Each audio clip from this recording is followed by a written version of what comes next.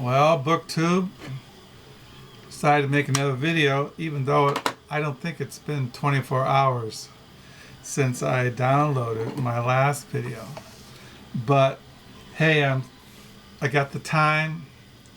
It is going on 9:30 at night here in West Michigan. Today is January the 10th, 2017.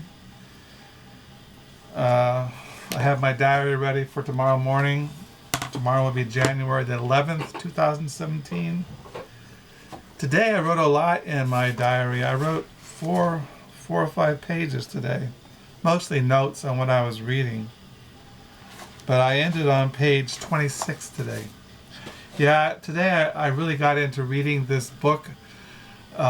When I was reading the Money Cult, there's a chapter on Mormonism and Joseph Smith. And in this chapter, in The Money Cult by Chris Lehman, he mentions this book, The Refiner's Fire, Making of Mormon Cosmology, 1644 to 1844, by John L. Brookie. And I bought this book a number of years ago. It came out in 1996, published by Cambridge University Press. Many years ago, when I was working, on my days off, and if the weather was really nice, I would drive over to Grand Rapids and visit Christian bookstores. And when I would buy Christian books, I'd buy a wide variety of books. I'd buy commentaries, biblical studies, New Testament theology, but I always try to buy a good church history book dealing with church history or Christianity. And so probably on one of those trips, that's when I bought this book, Refiner's Fire, Making of Mormon Cosmology, 1644, 1844. So this morning I was reading this. I read this almost until 1 o'clock, and I was taking notes, and that's why there's so much in my January 10th, 2017 diary. I was taking notes on this. But I came here tonight because I was looking at a booktuber, and he did the reading habits tag, and I thought I'd do that tonight. So the first question on the reading habits tag is, 1, do you have a certain place at home for reading? I don't have one certain place. Right now I'm sitting in my main study. You can look around. There's books here.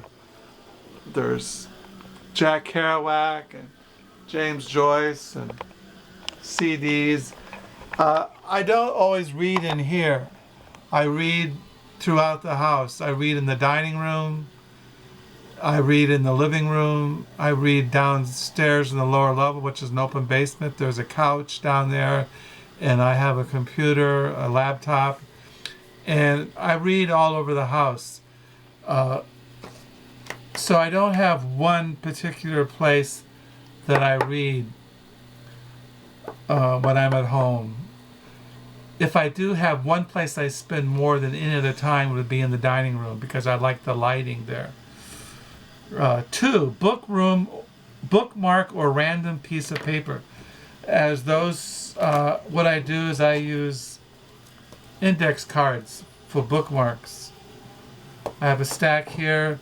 If you look at the books I'm reading, there's always index cards. I've been using index cards for years for bookmarkers. See, I have a bookmarker. So, and I can leave them in there, and that's where I pick up where I last read is where the index card is.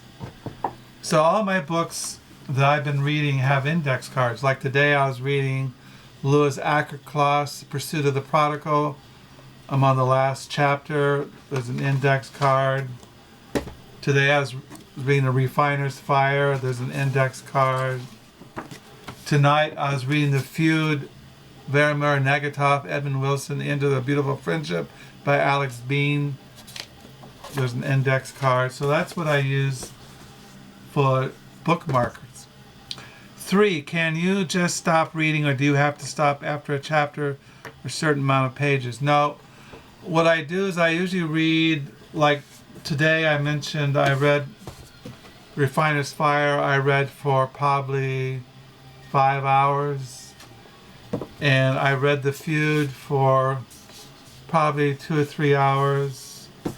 I read The Pursuit of Prodigal for about 2 hours.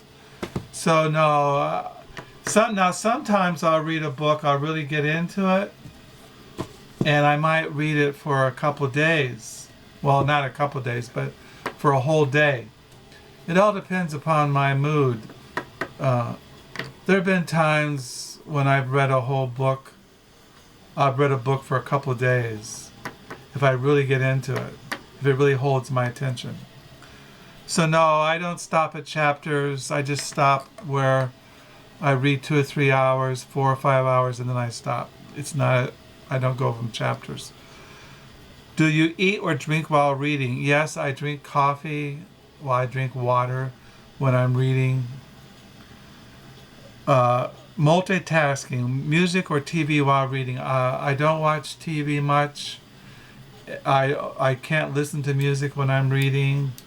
I like silence when I'm reading.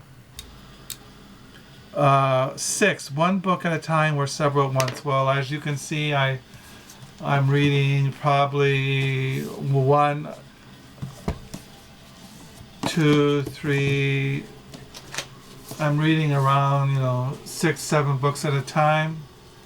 Now, I might not read that one book. Like today, I just read these 4 books today. And I don't know. It all depends. So no, I don't read one book at a time. I read throughout the day. I might read 3 or 4 books a day. Sometimes I'll just read 1 book a day, or I might read a book for a couple of days. So it all depends my mood. Sometimes I can't read anything. I can just read a little bit, and I just spend a lot of time just thinking or writing, or reflecting on what I've read. Reading. 7, question 7, reading at home or everywhere. I read everywhere. I read at home. When I go somewhere, I have my saddlebag, and I'll put a book in it. I'll put my camera in it. I always got my camera. Put my camera in my zip case. Put a book in my saddlebag. Put my camera in. And that's where I go. I always take a book with me wherever I go. Because sometimes I'll be standing in a line, or I'll be sitting in the car. My wife would be out doing an errand, and my wife always drives when we go out and do errands, and I'll sit there and wait in the car and read. When I'm at the library volunteering, I'll read. I always take a book with me. So I read everywhere. I read at home and everywhere. 8, reading out loud or silently in your head. I read in my mind. I don't read out loud. I basically just read. I look at a page and that's how I read. 9, do you read ahead or skip pages? Rarely do I skip pages. Now today, I have to admit, when I was reading The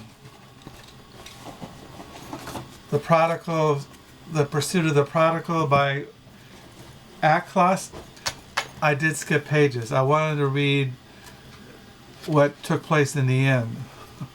So I do skip pages. But rarely do I do that, because the things that I read is nonfiction. So there's no plot development, there's no ending. But today I did skip on this. Now, like if I was reading The Feud, there's no reason to skip pages or know what comes at the end, or Refiner's Fire, or Negatov in America. On the Road to Lolita by Robert Rupert. There's no reason to skip pages or know what's going to come in the end. So it all depends what I'm reading. But rarely do I skip pages. Do you write in your books? No, I do not write in my books. That's question 10. The reason why is because I look at my books as being passed on to generations, to other people. And I personally don't like books that have been written in, because it distracts from my attention when I'm reading them. So I don't read books. And I think also when you write in a book, you devalue it. It loses its value as far as being bought in the future by somebody. I look at my libraries as being owned by somebody else after I pass away. Maybe my children will sell my library. Maybe my children will take some of my books.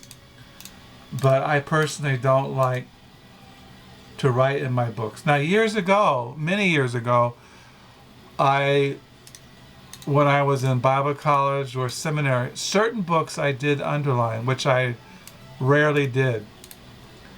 But there's a few in my library from my old days when I became a Calvinist that I was learning the Reformed faith, learning Reformed systematic theology, reading the English Puritans, reading the Southern Presbyterian theologians, reading the old Scottish theologians of the 18th and 17th century that I would write in, but I rarely did. But no, question 10, do you write in your books? No, I don't. So those are the questions that was on the reading habits tag. I'll put these questions at the end of this entry. You can, if you want to, feel free to do it. I'd be curious to know what my subscribers, what their reading habits are. And so next time, bye. I don't think there's anything I have to say. I did get a CD in the mail today, but I didn't get any books. Today the weather was really crappy, and I stayed home all day and I read. I read Pursuit of the Prodigal by Anne Kloss, and tonight I read The Feud, and I read for 5 hours The Refiner's Fire, and I read some of Negatov in America. So no, I just read today and wrote in my diary and listened to music and messed with the main computer and watched the birds. That's what I did. And tomorrow is a Wednesday. The weather is supposed to be crappy again, and I have no plans for tomorrow. So until next time, hoping you're having a good week and have a good time reading. Bye.